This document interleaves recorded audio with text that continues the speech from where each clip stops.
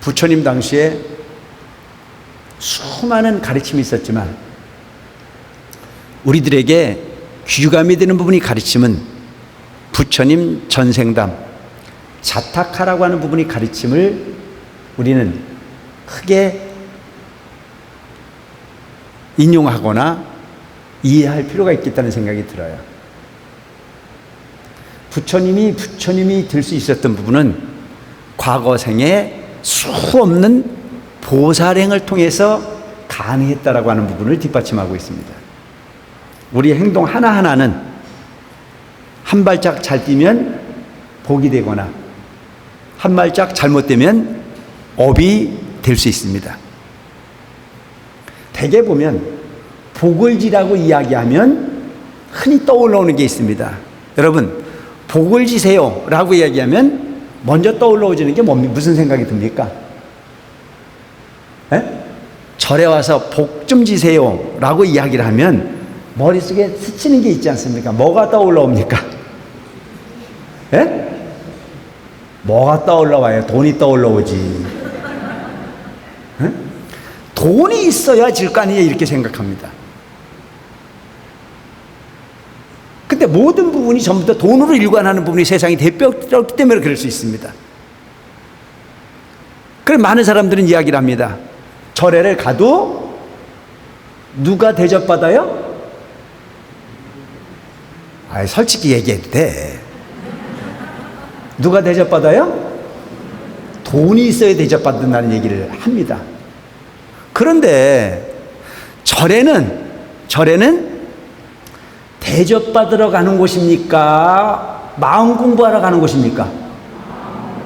아시네? 그러니까 어떤 사람들이 말하건대 그렇게 말을 해요. 절에도 돈이 있어야 대접받지 돈 없으니까 대접 못 받더라. 그래서 기분 나빠서 절에 간다고 안 간다고? 그런 사람들이 많아요. 그런데 여러분, 그 부분을 우리는 기분 나빠할 이유가 없어요. 돈을 많이 가진 사람은 돈을 많이 가질 수 있도록 노력했을 겁니다. 돈이 많은 사람은 돈이 많이 가질 수 있도록 공덕을 지었을 겁니다. 그래서 많은 부분을 가지고 많은 부분을 공덕을 짓겠다는 마음을 내는 부분을 배합할 이유는 없습니다. 그럼 적게 가진 나로서 공덕을 지을 수 있는 방법이 있을까라고 하는 걸 궁리하면 답은 나옵니까? 안 나옵니까? 나오잖아요. 많이 가진 사람을 보고 배아파하지 말고 많이 가진 사람을 보고 부러워하는 여러분들이 되시기 바랍니다. 아시겠죠? 부러워해야죠. 배아파하지 마세요. 부러워하라 이거죠. 부러워.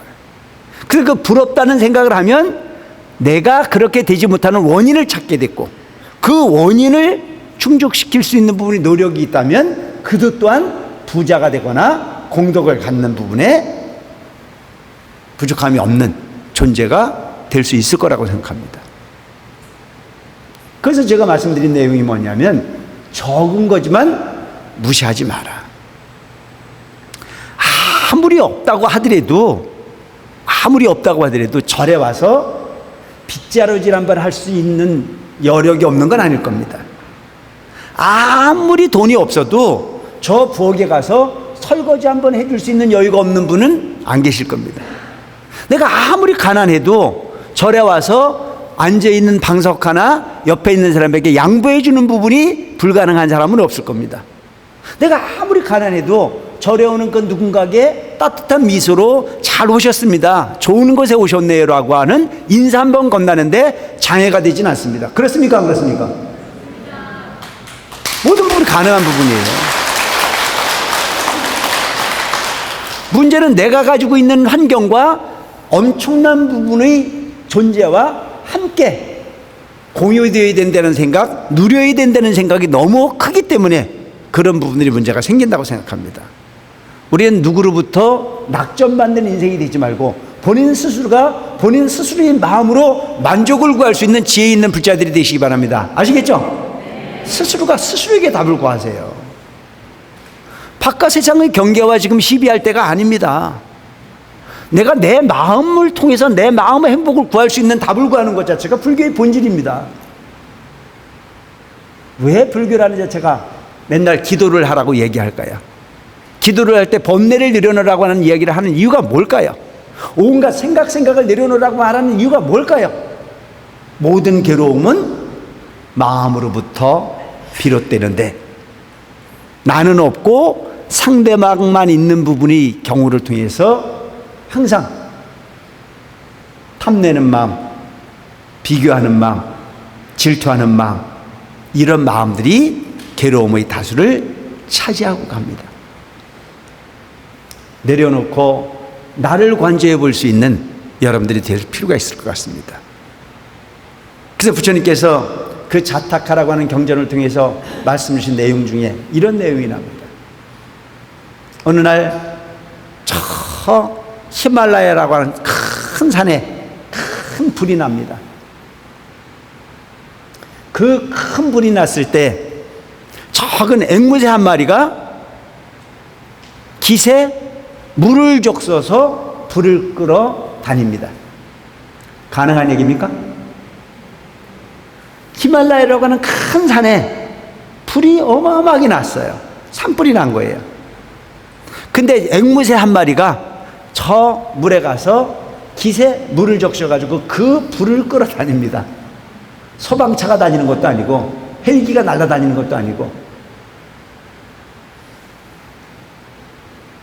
그래서 모든 생명을 가진 존재가 나 살겠다고 동으로 뛰고 서로 뛰고 있을 때 앵무새 한 마리만큼은 그 깃에 물을 적셔 불을 끄기 위해서 동분서주하는 모습을 본 제석천이 묻습니다.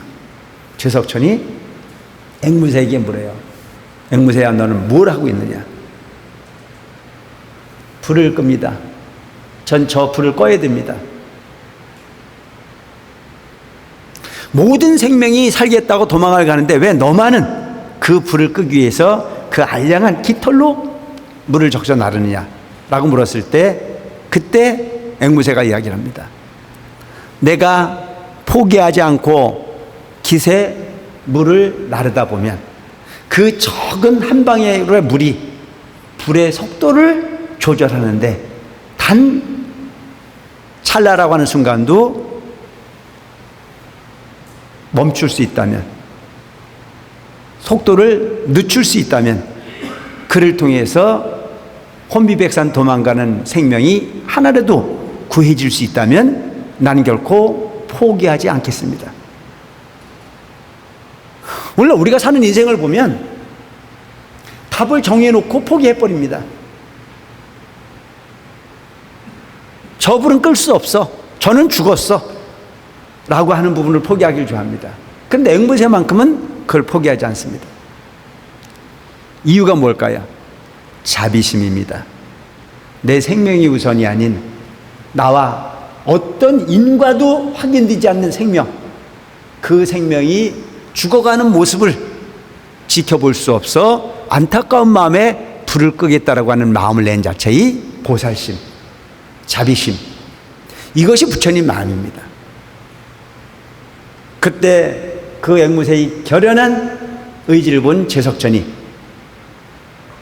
조화로서 비를 내려 불을 껐다라고 하는 기록이 있습니다.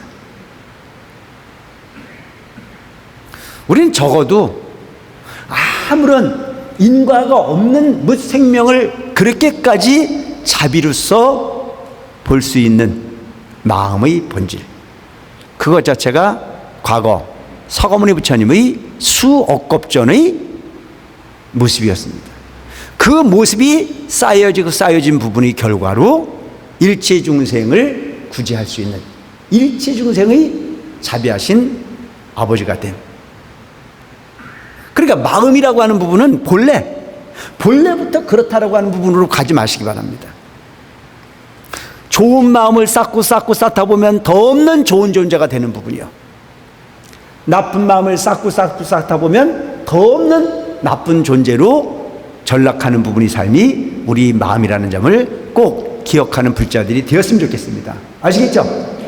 그렇게 이 훌륭한 이 자비 본질이라는 자체를 나와 전혀 관계가 없는 부분이 생명까지도 보호해야 되는 마음의 보살의 마음이라면, 그 부분까지 가능하지 않다면 가능한 부분부터, 나와 깊은 인과가 있는 부분부터 인색하지 않는 자비심을 발현할 필요가 있다.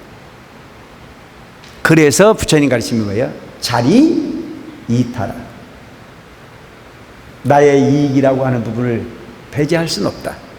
하지만 그 부분이 흘러넘쳐 주변을 이익되게 할 수 있는 부분이라면 그것마저도 절대 포기하지 않는 그런 마음으로 가는 것 자체가 부처님 믿는 마음의 본질이 아닐까 싶은 생각을 합니다. 절에를 오셔서 움직이는 모습들이, 물론 내가 부처님 가까이에 다가서고 싶은 마음이 간절하지만 그 간절한 행위 이후에 내가 하는 행동 하나가 그 누군가에게도 득이 되고 그 누군가에도 영향을 미칠 수 있는 부분이라면, 이왕이면 좋은 영향을 줄 수 있는 여러분들이 될 수 있도록 고민하는 불자들이 되시기 바랍니다. 그 부분은 결코 어디로 가지 않습니다. 그러니까 불교는 처음부터 끝까지 이야기하는 부분은 인과를 이야기하고 있는데, 그 인과이라고 하는 부분과 밀접한 연관을 가지고 있는 부분이 뭡니까? 따라하세요. 마음입니다. 그래, 여러분, 가장 중요한 부분은 이 마음이라고 하는 부분이 무척 중요한 본질이에요. 마음을 내려놓고는 아무리 많은 재산을 쌓아놓고 죽었다 숨치더라도 내가 안 가져갔으니까 나는 죄가 없잖아 라고 말할 수 있지. 그렇지 않아요. 내 걸 나눠서 줬을 때 공덕이 되지, 쌓아놓고 간 것은 절대 쓰레기 더미지 공덕과는 무관하다는 사실을 기억하는 불자들이 되시기 바랍니다. 아시겠죠? 흘러가는 물이 있어요. 손이 있으면 떠먹겠지 라고 하는 곳에서는 공덕이 되지 않습니다. 근데 그 흘러가는 물도 목마른 그 누군가가 있을 때 한 줌 떠서 목마름을 해소하라고 나눠주면 그 마음이 공덕이 된다는 사실입니다. 아시겠죠? 요거 내가 좋아하는 말이에요. 그러니까 옛날에 구인사에 저하고 룸메이트를 함께 하셨던 스님이 계셨어. 석구 스님이라는 스님이 계셨는데 저하고 룸메이트야. 아주 훌륭하신 분이셨어. 그 스님이 항상 하는 얘기가 그 얘기야. 참 친절하셔.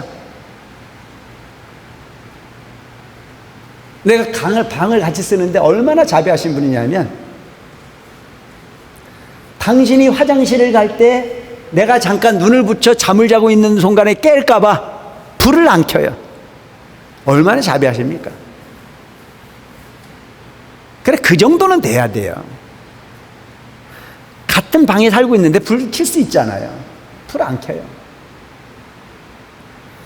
후라시를 가지고 더듬더듬 고고 켜가지고 불편함을 끼치지 않으려고 애쓰고 사신 분이 그런 분이었어요. 근데 그분이 항상 하시는 말씀이 있어. 얼토스님, 공덕은 멀리 있지 않아요. 흘러가는 물도 떠져야 공덕이지. 이런 말씀도 안 해요. 내가 그거 차용해 쓰고 있어요. 아, 그래, 참 진리다.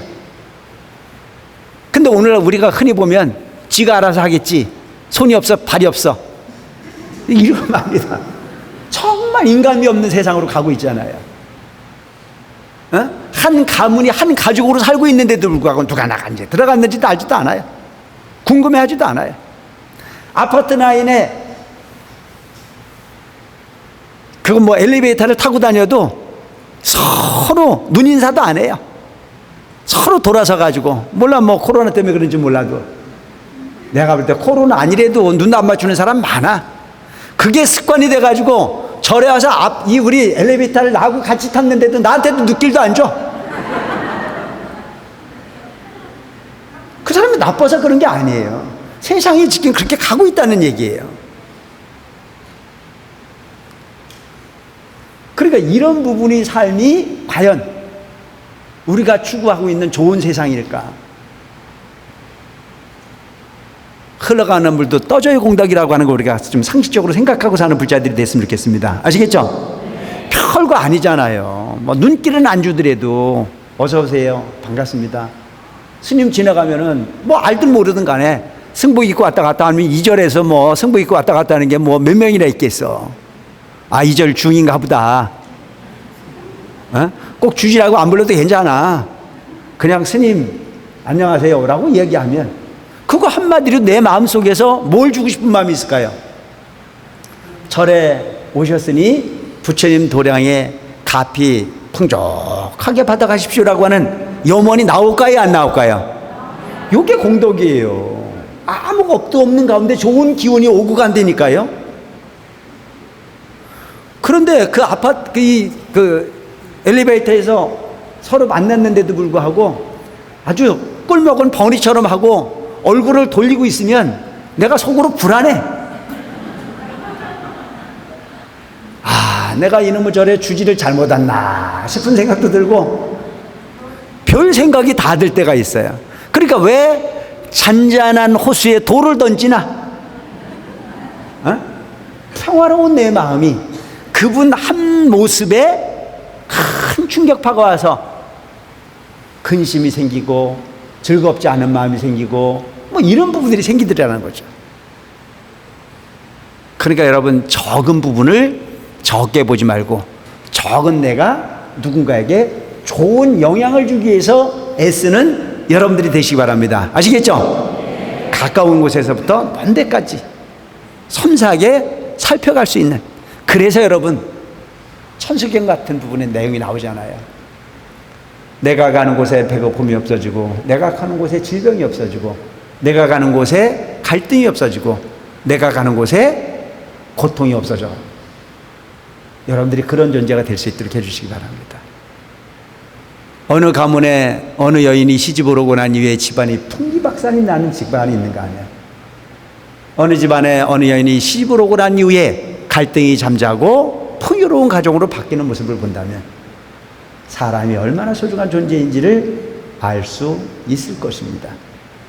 나는 본래부터 그런 사람이 아닌, 난 내 스스로가 관세음보살 같은 내 스스로가 모든 사람들에게 좋은 기운을 줄 수 있는 나를 바꿔가기 위한 보살이 되겠다는 원을 세우시고 그 원의 주인공으로 살아가신다면 한 생을 신세지고 가는 삶이 아닌 한 생을 누군가에게 베풀고 가는 멋진 인생이 되지 않을까 싶은 생각을 합니다. 모든 중생이 그런 마음을 가지고 산다면 그것이야말로 가장 가치 있는 부처님의 가르침을 실행하는 멋진 불자의 모습일 거라는 생각을 해봅니다. 어찌록 열심히 정진하시고 그 정진의 힘으로써 오늘 말씀드린 보살과 같은 부분의 행위를 통해서 모두가 행복한 원흥사, 모두가 정토에 함께할 수 있는 불자들이 되시길 바라면서 두서없는 법문을 맺겠습니다. 고맙습니다.